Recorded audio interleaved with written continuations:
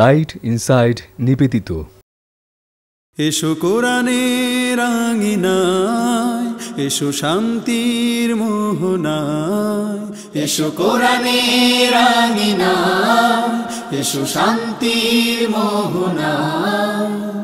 জীবনকে রাঙাতে, ফুলে ফুলে সাজাতে আল্লাহর প্রেম সুধা নিয়ে এলো পিএইচপি কোরআনের আলো, পিএইচপি কোরআনের আলো, পিএইচপি কোরআনের আলো, পিএইচপি কোরআনের আলো। আসসালামু আলাইকুম ওয়া রাহমাতুল্লাহ। এই পৃথিবীর মানুষের জন্য মহান রাব্বুল আলামিনের শ্রেষ্ঠ উপহার হচ্ছে আল কোরআনুল কারীম। মহান রাব্বুল আলামিন ভালোবেসে আমাদেরকে যে উপহারটি দিয়েছেন, আমরা কি সেই উপহারটির প্রকৃত ব্যবহার করতে পেরেছি? আল কোরআনুল কারীমের শিক্ষা কি আমরা আমাদের জীবনে বাস্তবায়ন করতে পেরেছি? সম্মানিত দর্শক, সেই আল কোরআনুল কারীমের তিলাওয়াতের অনুষ্ঠান হিফজুল কোরআন প্রতিযোগিতার এক অসাধারণ আয়োজন পিএইচপি কোরআনের আলো প্রতিভার সন্ধানে 2020-এ আপনাদের সবাইকে স্বাগত জানাচ্ছি। আমি শাহ ইফতেখার তারিক। এই অনুষ্ঠানের টাইটেল স্পন্সর হিসাবে রয়েছে পিএইচপি ফ্যামিলি, কো স্পন্সর হিসাবে রয়েছে আল আরাফা ইসলামী bank limited, smart active gold Mehedi, centre for জাকাত ম্যানেজমেন্ট, ইনফিনিটি মেগা মল, ইয়ার এশিয়া, রয়্যাল মেটাল ইন্ডাস্ট্রিজ, কোরআনের আলো ইনস্টিটিউট, ইসলামী ব্যাংক বাংলাদেশ লিমিটেড ও সোশ্যাল ইসলামী ব্যাংক বাংলাদেশ লিমিটেড। প্রতিযোগীদের পোশাক স্পন্সর করেছে সেভয় আইসক্রিম। প্রিয় দর্শক, প্রতিযোগীকে মঞ্চে ডেকে নেবার পূর্বে চলুন পরিচিত হয়ে নেই সম্মানিত বিচারক মণ্ডলীর সাথে। সম্মানিত বিচারক হিসাবে আমাদের মাঝে উপস্থিত রয়েছেন আন্তর্জাতিক পুরস্কারে ধন্য হাফেজ কারি জহিরুল ইসলাম। আসসালামু আলাইকুম ওয়া রাহমাতুল্লাহি ওয়া বারাকাতুহু। কোরআনের আলো ফাউন্ডেশনের সম্মানিত চেয়ারম্যান হাফেজ মাওলানা আবু ইউসুফ। আসসালামু আলাইকুম ওয়া রাহমাতুল্লাহি ওয়া বারাকাতুহু। কাতার ধর্ম মন্ত্রণালয়ের ইমাম ও খতিব ও দাওয়া বিভাগের হিফজুল কোরআন শাখার সম্মানিত অডিটর হাফেজ কারি ফখরুল হুদা। আসসালামু আলাইকুম ওয়া রাহমাতুল্লাহি ওয়া বারাকাতুহু। হুফাজুল কোরআন ফাউন্ডেশনের সম্মানিত চেয়ারম্যান হাফেজ আব্দুল হক সাহেব। আসসালামু আলাইকুম ওয়া রাহমাতুল্লাহ।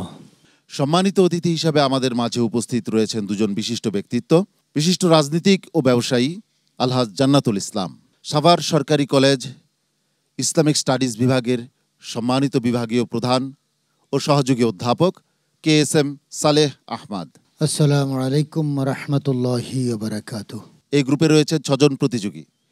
এই 6 জন প্রতিযোগীর অনুপ্রেরণা দানকারী হিসাবে রয়েছে 2009 সালে পিএইচপি কোরআনের আলোর আবিষ্কার, দেশের শীর্ষস্থান বিজয়ী 2009-এর সেরা মুখ।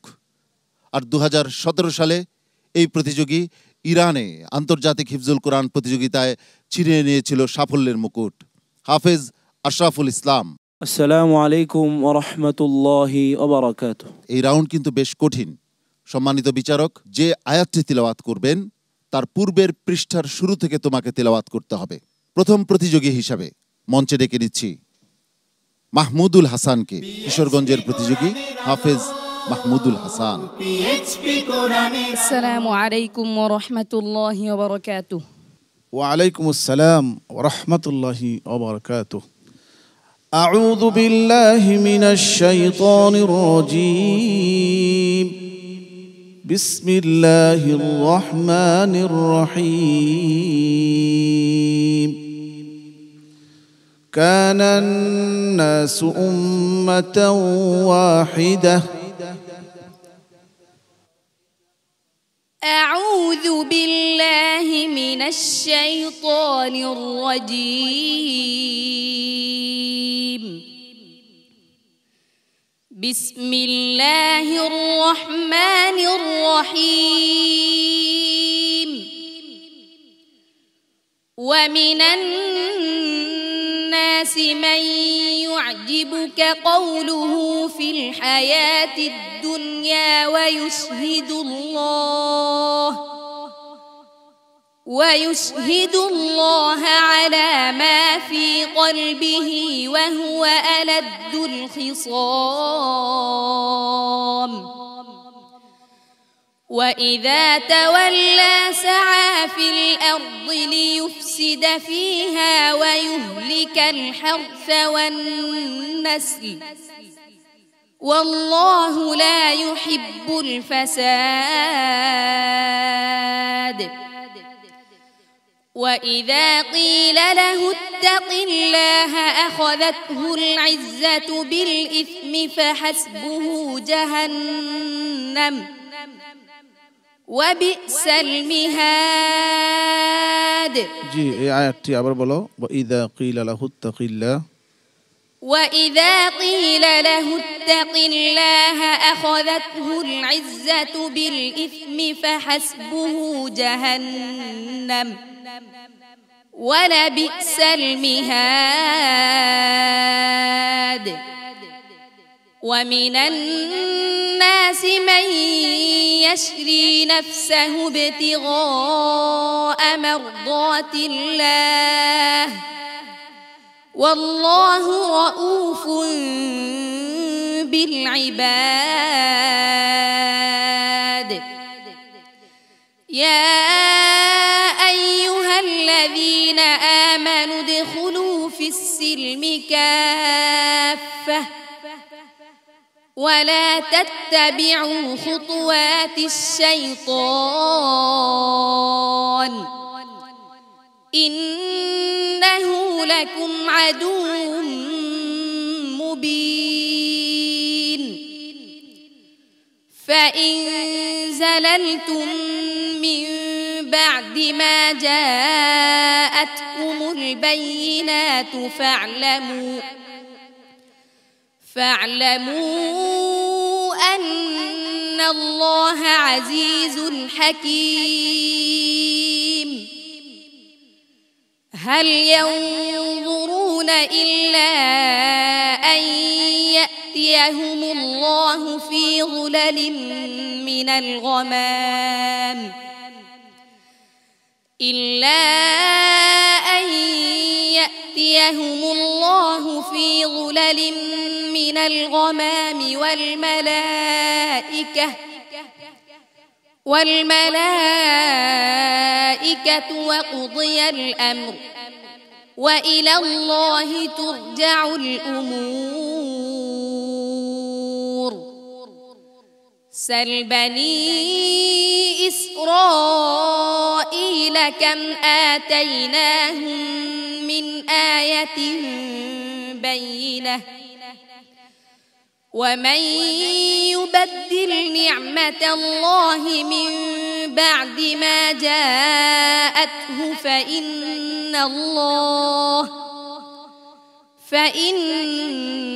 الله شديد العقاب زين للذين كفروا الحياة الدنيا ويسخرون من الذين آمنوا والذين اتقوا فوقهم يوم القيامة والله يرزق من يشاء بغير حساب حسبك صدق الله مولانا العظيم وصدق رسوله النبي الكريم মাশাআল্লাহ মাহমুদুল হাসান তোমার চমৎকার তিলাওয়াত শুনছিলাম সম্মানিত বিচারক হাফেজ কারি জহিরুল ইসলাম মাহমুদুল হাসানের পারফরমেন্স কেমন হয়েছে ওয়ালাবি ইসাল মিহাদ বলেছিল তো টোকা লাগার কারণে সে আবার ঠিক করে নিয়েছে তো এখন বাকি তেলাওয়াত ভালো হয়েছে আলহামদুলিল্লাহ তবে আরেকটু তেলাওয়াতের স্পিরিট তেলাওয়াতের আওয়াজ সুর সব দিকে মিলে আরেকটু ভালো হলে মনে হয় আরেকটু সুন্দর হতো তো চেষ্টা করে যাও ইনশাআল্লাহ আশা করি ভালো করবে ইনশাআল্লাহ ওস্তাদ জি পূর্বের পর্বে যে তেলাওয়াত করছি না সেই অনুপাতে তেলাওয়াতটি হয়নি আজকে চেষ্টা করো সামনে যেন আরো ভালো করতে পারো ইনশাআল্লাহ সম্মানিত অতিথি আলহাজ জান্নাতুল ইসলাম এই পরিবেশ মজলিস এবং যারা পরিচালনা করছেন সবাইকে ভালো লাগছে আলহামদুলিল্লাহ তেলাওয়াত ভালো হয়েছে আলহামদুলিল্লাহ মাহমুদুল হাসান তোমার জন্য অনেক শুভকামনা রইল সবার কাছে দোয়া চাই আসসালামু আলাইকুম ওয়া রাহমাতুল্লাহি ওয়া বারাকাতুহু পিএইচপি কোরআনের আলো পিএইচপি কোরআনের আলো প্রতিভার সন্ধানে 2020-এ প্রিয় দর্শক আমরা খুঁজছি 2020-এর সেরা প্রতিযোগীকে যার জন্য রয়েছে 4 লক্ষ টাকা পুরস্কার এবং উস্তাদ সহ পবিত্র বাইতুল্লাহ ও মসজিদে নববী জিয়ারতের এক সুবর্ণ সুযোগ দ্বিতীয় ও তৃতীয় স্থান অধিকারীর জন্য রয়েছে যথাক্রমে 3 লক্ষ টাকা ও 2 লক্ষ টাকা পুরস্কার এবং পবিত্র উমরা পালনের সুযোগ। প্রথম, দ্বিতীয় ও তৃতীয় স্থান অধিকারীর ওস্তাদদের জন্য রয়েছে 3টি দ্রুতগামী পিএইচপি মোটরসাইকেল। চতুর্থ থেকে দশম স্থান অধিকারী প্রত্যেক প্রতিযোগীর জন্য রয়েছে 50,000 টাকা করে পুরস্কার। এই অর্থ পুরস্কারগুলো স্পন্সর করেছে বাংলা ক্যাট, উমরা স্পন্সর করেছে পিএইচপি ফ্যামিলি। বাকি সকল প্রতিযোগীর জন্য কোরআনের আলো ফাউন্ডেশনের পক্ষ থেকে রয়েছে 10,000 টাকা মূল্যমানের পুরস্কার। এবারে ডেকে নিচ্ছি পরবর্তী প্রতিযোগীকে, আশরাফুল ইসলাম। চাঁদপুরের প্রতিযোগী হাফেজ আশরাফুল ইসলাম। আসসালামু আলাইকুম ওয়া রাহমাতুল্লাহি ওয়া বারাকাতুহু। ওয়ালাইকুম আসসালাম ওয়া রাহমাতুল্লাহি ওয়া বারাকাতুহু। আউযু বিল্লাহি মিনাশ শাইতানির রাজীম। বিসমিল্লাহির রহমানির রহিম। والذين كذبوا بآياتنا واستكبروا عنها أولئك أصحاب النار. أعوذ بالله من الشيطان الرجيم. بسم الله الرحمن الرحيم.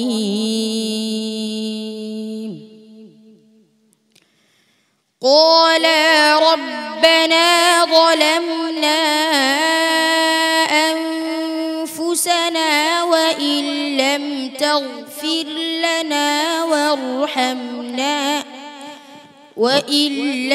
تغفر لنا وترحمنا لنكونن من الخاسرين.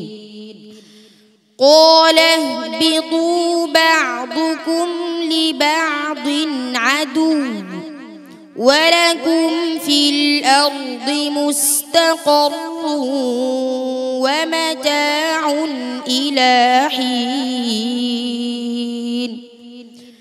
قال فيها تحيون وفيها تموتون ومنها تخرجون. يا بني آدم قد أنزلنا عليكم لباسا يواري سوآتكم وريشا ولباس التقوى ذلك خير. ذلك من آيات الله لعلهم يذكرون. يا بني آدم لا يفتننكم الشيطان كما أخرج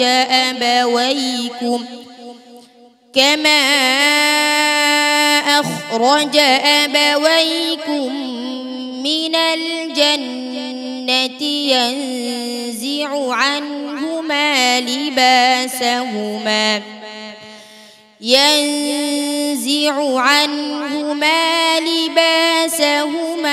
ليريهما سوآتهما إنه يراكم هو وقبيله من حيث لا ترونهم إنا جعلنا الشياطين أولياء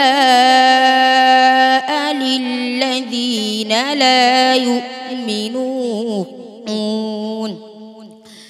وإذا فعلوا فاحشة قالوا وجدنا عليها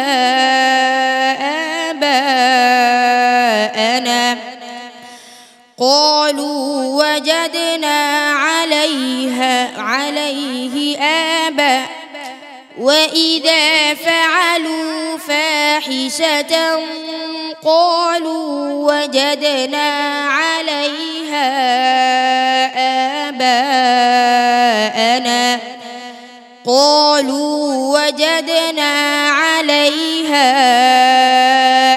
آباءنا والله أمرنا بها قل إن الله لا يأمر بالفحشاء أتقولون على الله ما لا تعلمون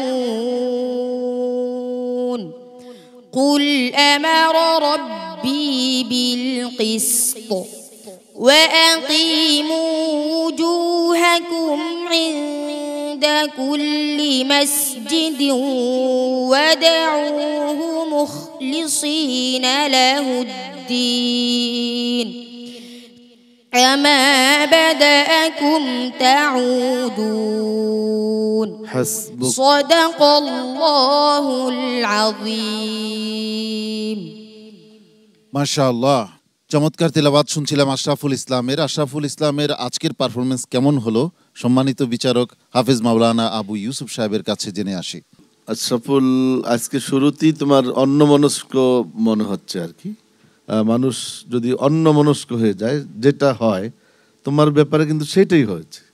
তো এগুলো তো ঠিক না। হ্যাঁ, খুব মনোযোগ এবং সতর্কতার সাথে তেলাওয়াত করতে হবে আশরাফুল। তেলাওয়াত ভালো, হ্যাঁ, আরো সুন্দর করতে হবে। মোহতারাম ফখরুল হুদা। ধন্যবাদ আশরাফুল ইসলামকে, সুন্দর পড়েছো মাশাআল্লাহ। তবে তোমার দুই জায়গায় তো টুকাই হয়ে গেছে, আরেক জায়গায় একটা তরদ্দুদের মতো হয়ে গেছে। ইনশাআল্লাহ ওই সাথে আরো ভালো করবা। সম্মানিত অতিথি KSM সালেহ আহমদ, তেলাওয়াত চমৎকার হয়েছে, এই বয়সের চেয়ে আর কত ভালো হবে। শুকরিয়া, ধন্যবাদ। আশরাফুল ইসলাম, তোমার জন্য দোয়া রইল, দেখা যাক কি হয়। আসসালামু আলাইকুম ওয়া রাহমাতুল্লাহি ওয়া বারাকাতুহু।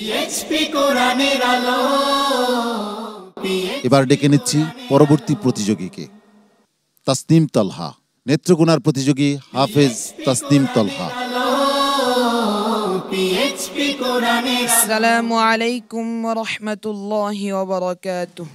ওয়া আলাইকুম আসসালাম ওয়া রাহমাতুল্লাহি ওয়া বারাকাতুহু। أعوذ بالله من الشيطان الرجيم. بسم الله الرحمن الرحيم. والله يعلم ما تسرون وما تعلنون.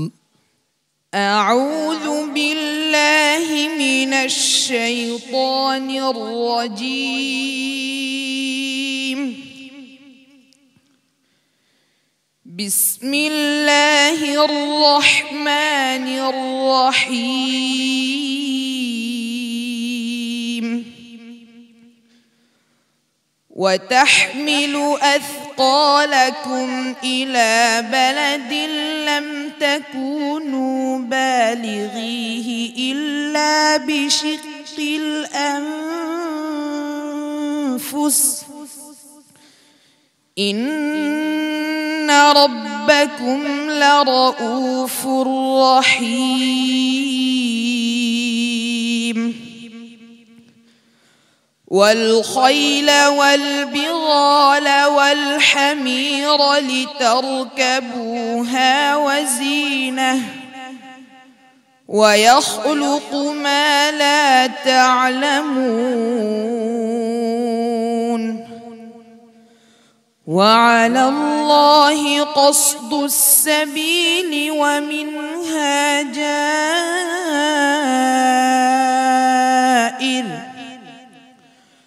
ولو شاء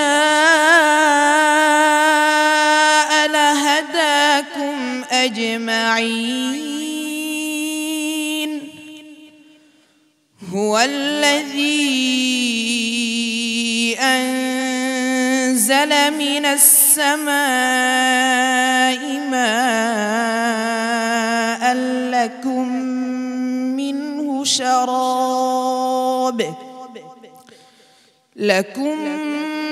منه شراب ومنه شجر فيه تسيمون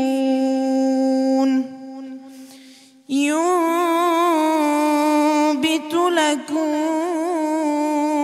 به الزرع والزيتون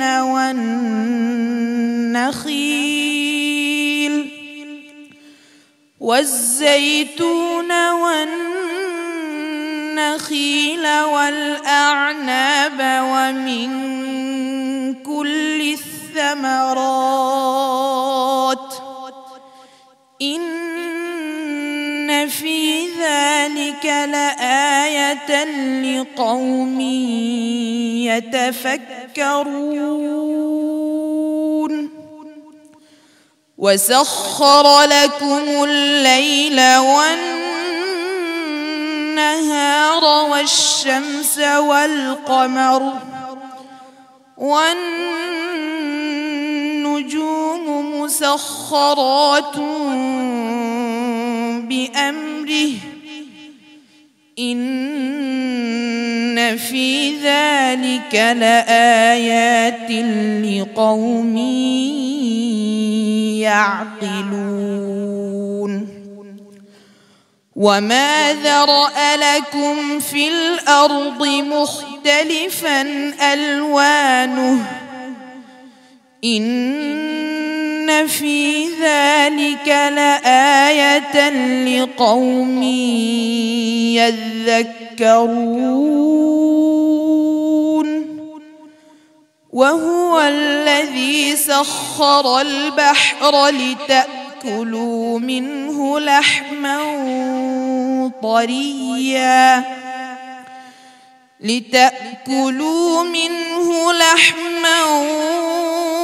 طريا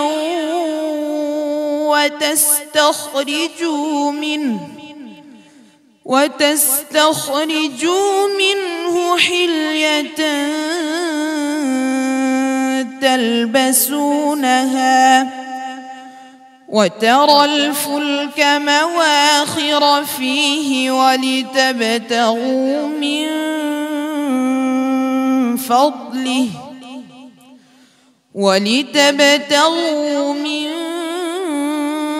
فضله ولعلكم تشكرون حسبك صدق الله مولانا العظيم তাসনিম তলহা, তোমার তিলাওয়াতে নিশ্চয়ই দর্শক মণ্ডলী মুগ্ধ হয়েছিলেন এতক্ষণ।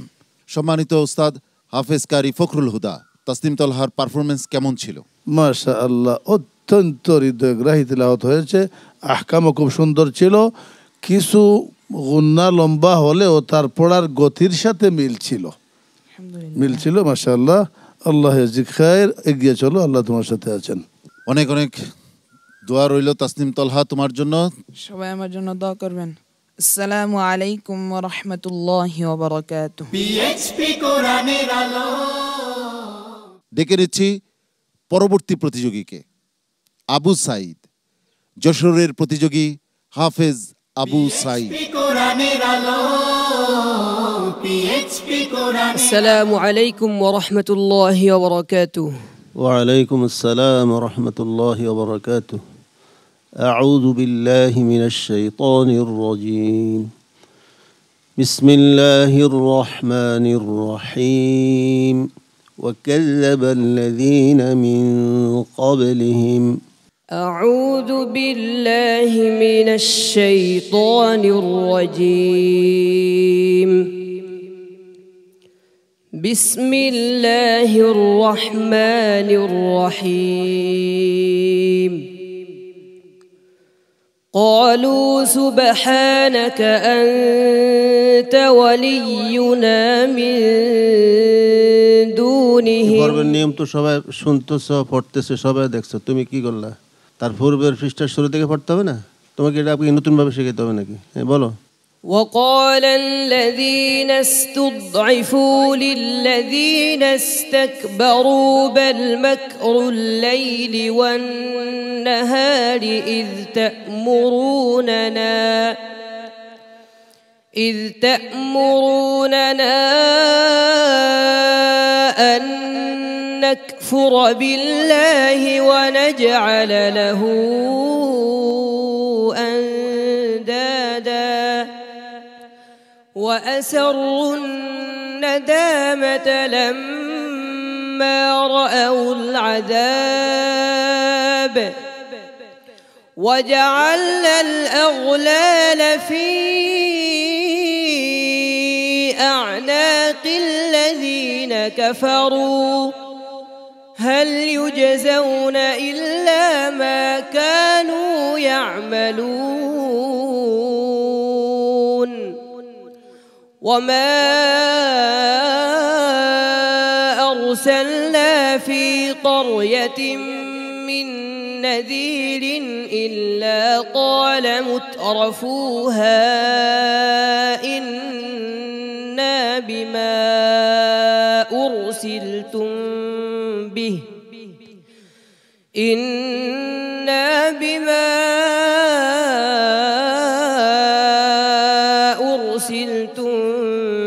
به كافرون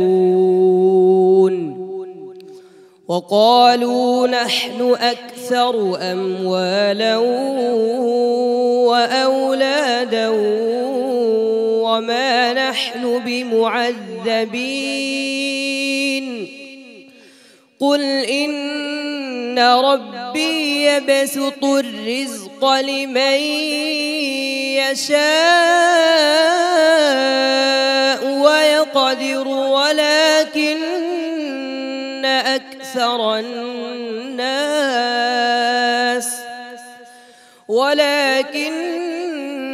أكثر الناس لا يعلمون وما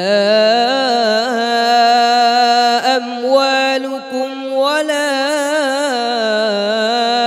أولادكم بالتي تقربكم عندنا زلفى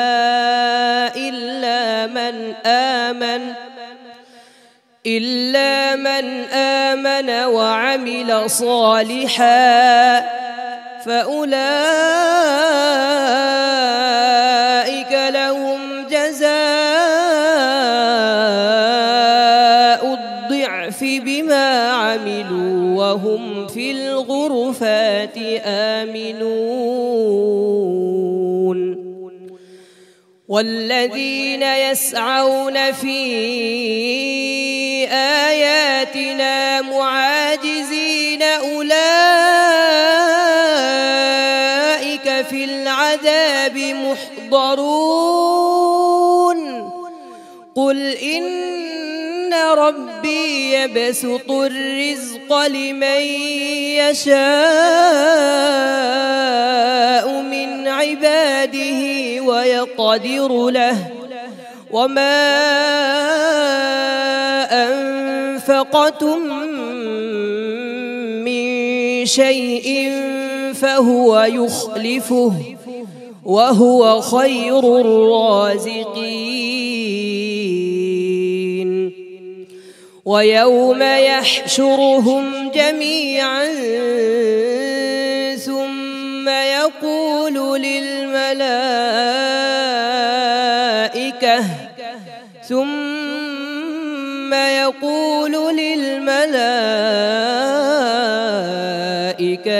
أهؤلاء إياكم كانوا يعبدون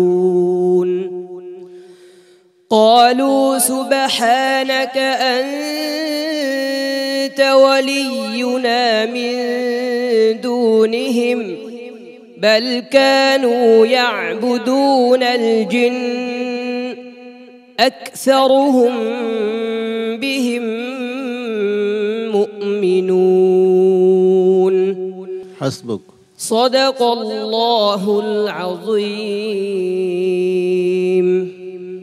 উস্তাদজি আবু সাইদের আজকের তেলাওয়াতের সুরটা কেমন হয়েছে? আলহামদুলিল্লাহ। আসলে আজকের এই পর্বটা খুবই কঠিন, একটু কঠিন পর্ব। সে তো আরও 3 জন প্রতিযোগীর পরে আসছে, নিয়ম কানুন সব জানা আছে, তারপরও প্রশ্নের শুরুতে সে মিস্টেক করে ফেললো। এবং আজকের তেলাওয়াতের মধ্যে মাখরাজ সিফাতে অনেকগুলি সমস্যা হয়েছে, গুন্না মুআজিজিনা, যা জিমের মধ্যে পার্থক্য হয় নাই, মুআজিজিনা হয়েছে। জিন্নার মধ্যে নুনটা সাকিন হয় নাই পুরোপুরি, অনেকগুলি সমস্যা হয়েছে মাখরাজ সিফাতের মধ্যে।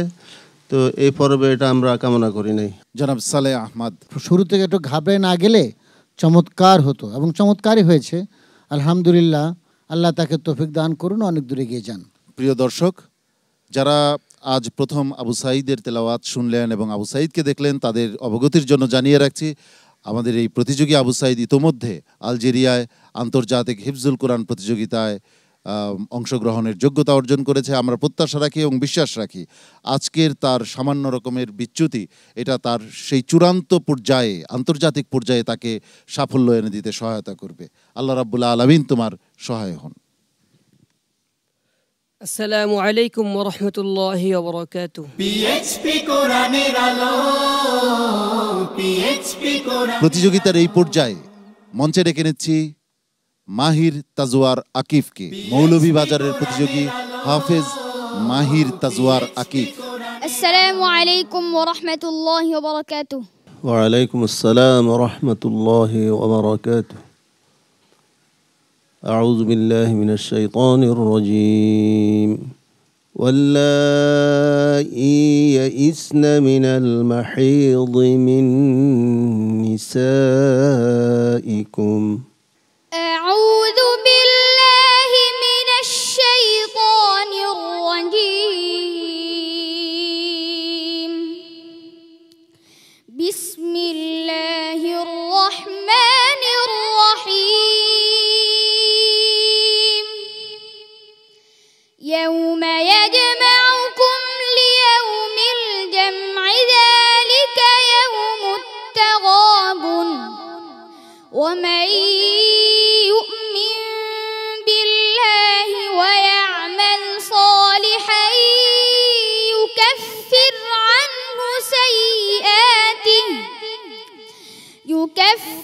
عنه سيئاته ويدخله جنات تجري من تحتها الأنهار جنات تجري من تحتها الأنهار خالدين فيها أبدا ذلك الفوز العظيم.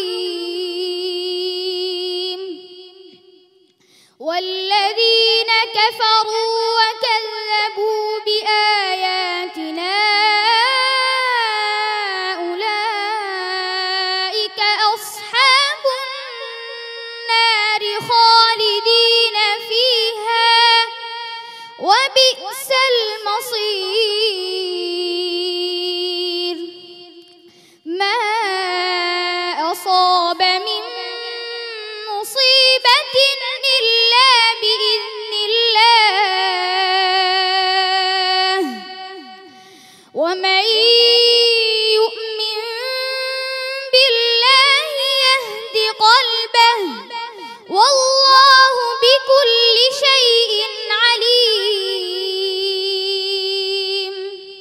وأطيعوا الله وأطيعوا الرسول فإن توليتم فإنما على رسولنا البلاغ المبين. الله لا إله إلا هو وعلى الله فليتوكل المؤمنون.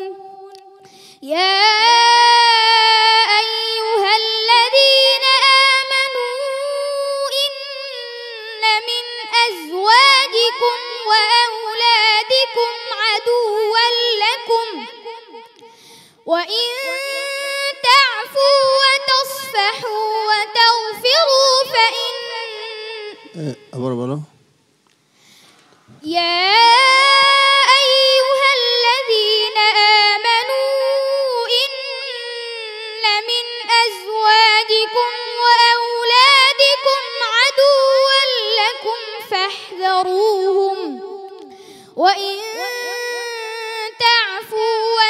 وتصفحوا وتغفروا فإن الله غفور رحيم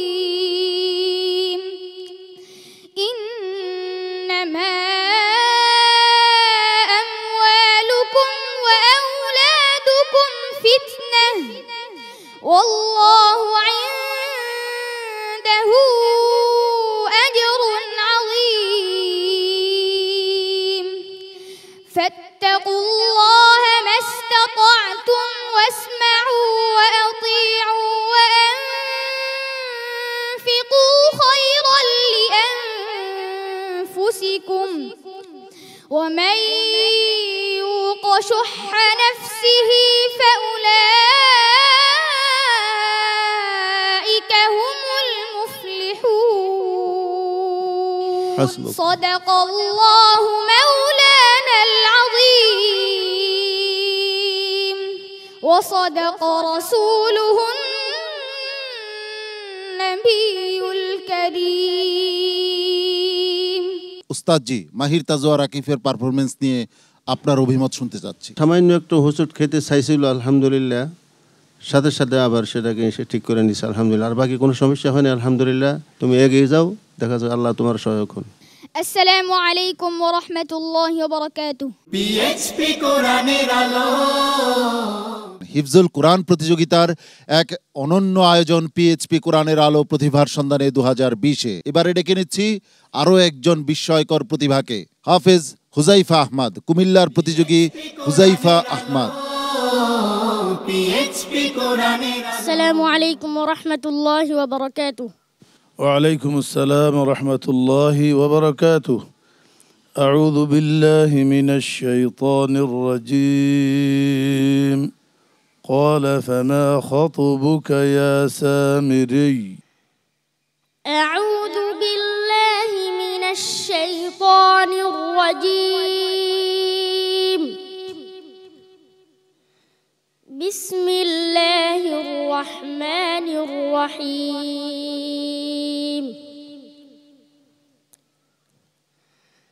قالوا ما أخلفنا موعد আবার বলো, প্রশ্ন শুনেছো? قال فما خطبك يا سامري, এর আগের পৃষ্ঠা শুরু থেকে পড়ো।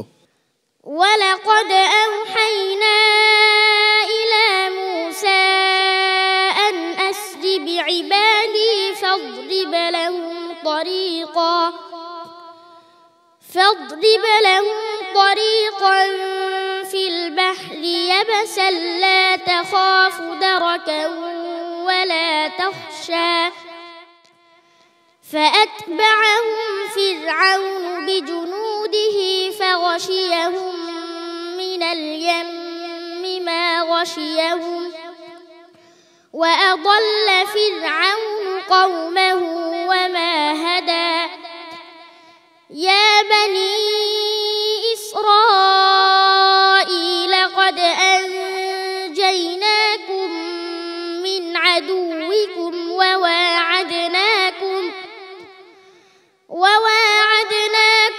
جانب الطور الأيمن ونزلنا عليكم المن والسلوى كلوا من طيبات ما رزقناكم ولا تطغوا فيه فيحل عليكم غضبي ومن يحلل عليه غضبي فقد هوى وإني لغفار لمن تاب وآمن وعمل صالحا ثم اهتدى وما أعجلك عن قومك يا موسى قال هم أولئك على أثري وعجلت إليك رب لترضى قال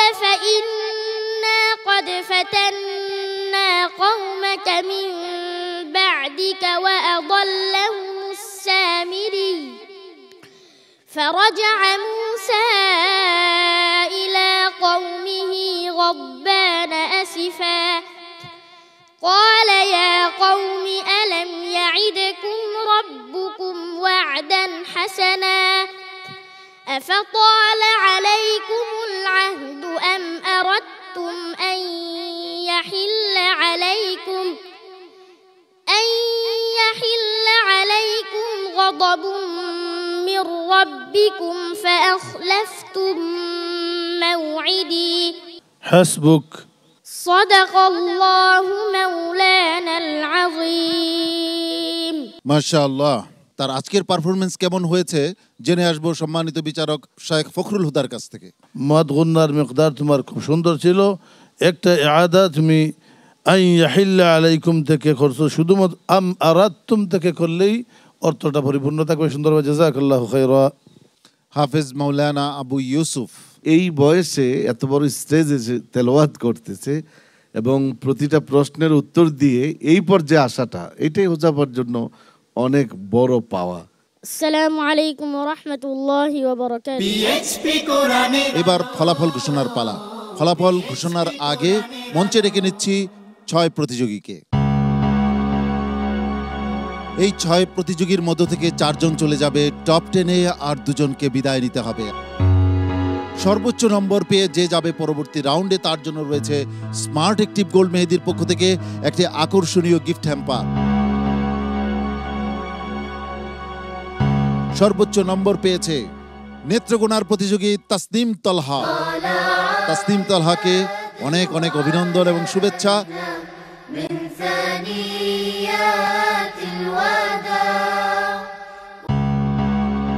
এই 5 জন প্রতিযোগীর মধ্য থেকে টপ 10-এ চলে যাচ্ছে আরো একজন, চলে যাচ্ছে মাহির তাজওয়ার আকিফ। তুমি যাচ্ছ টপ 10-এ। অনেক অনেক অভিনন্দন এবং শুভেচ্ছা তোমাকে। তুমি তোমার আসনে গিয়ে বসো। বাকি রয়ে গেল 4 জন। এই 4 জনের মধ্য থেকে এই পর্বে বিদায় নিচ্ছে মাহমুদুল হাসান। মাহমুদুল হাসান, তোমার জন্য অনেক সমবেদনা। তুমি তোমার গিফট জোনে গিয়ে দাঁড়াও। এই 3 প্রতিযোগীর মধ্য থেকে টপ 10-এ চলে যাচ্ছে আবু সাইদ।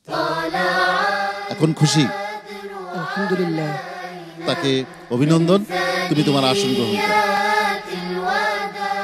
এই দুজনই যেতে চায় টপ 10-এ, কিন্তু সম্মানিত বিচারক মণ্ডলী পুঙ্খানুপুঙ্খ বিশ্লেষণের মাধ্যমে টপ 10-এ নিয়ে যাচ্ছেন হুজাইফা আহমদকে। হুজাইফা আহমদের একটা চমৎকার হাসি আমরা দেখতে পেলাম। হুজাইফা আহমদ চলে যাচ্ছে টপ 10-এ। আর আশরাফুল ইসলাম, তোমাকে এই পর্ব থেকে বিদায় নিতে হচ্ছে।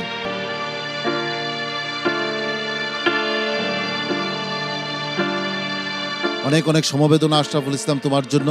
তুমি গিফট জোনে চলে যাও। তোমার জন্য রয়েছে 10,000 টাকা মূল্যমানের চেক এবং রহিম আফরোজ আগরার গিফট বক্স। একদিকে বিদায়ের বিমর্ষতা, অন্যদিকে সাফল্যের উচ্ছ্বাস। এর মধ্য দিয়ে আমরা এগিয়ে চলেছি আমাদের চূড়ান্ত লক্ষ্য পানে। আমরা খুঁজছি 2020-এর সেরা প্রতিযোগীকে। ইতোমধ্যে আমরা পেয়ে গেছি পিএইচপি কোরআনের আলো 2020-এর সেরা 10কে। প্রিয় দর্শক, আগামীকাল একই সময়ে আপনাদের প্রিয় স্যাটেলাইট চ্যানেল এনটিভির পর্দায় আপনাদের প্রিয় অনুষ্ঠান হিফজুল কোরআন প্রতিযোগিতার এক জমজমাট আয়োজন পিএইচপি কোরআনের আলো প্রতিভার সন্ধানে 2020 দেখার আমন্ত্রণ জানাচ্ছি। সম্মানিত বিচারকদের ধন্যবাদ জানাচ্ছি সম্মানিত অতিথিদ্বয়কে কষ্ট করে আমাদের মাঝে উপস্থিত হবার জন্য। আল্লাহ রাব্বুল আলামিন আপনাদের সবাইকে ভালো রাখুন, সুস্থ রাখুন, এই প্রত্যাশায় আমি শাহ ইফতেখার তারিক এখানেই বিদায় নিচ্ছি। আসসালামু আলাইকুম ওয়া রাহমাতুল্লাহি ওয়া বারাকাতুহু। পিএইচপি কোরআনের আলো।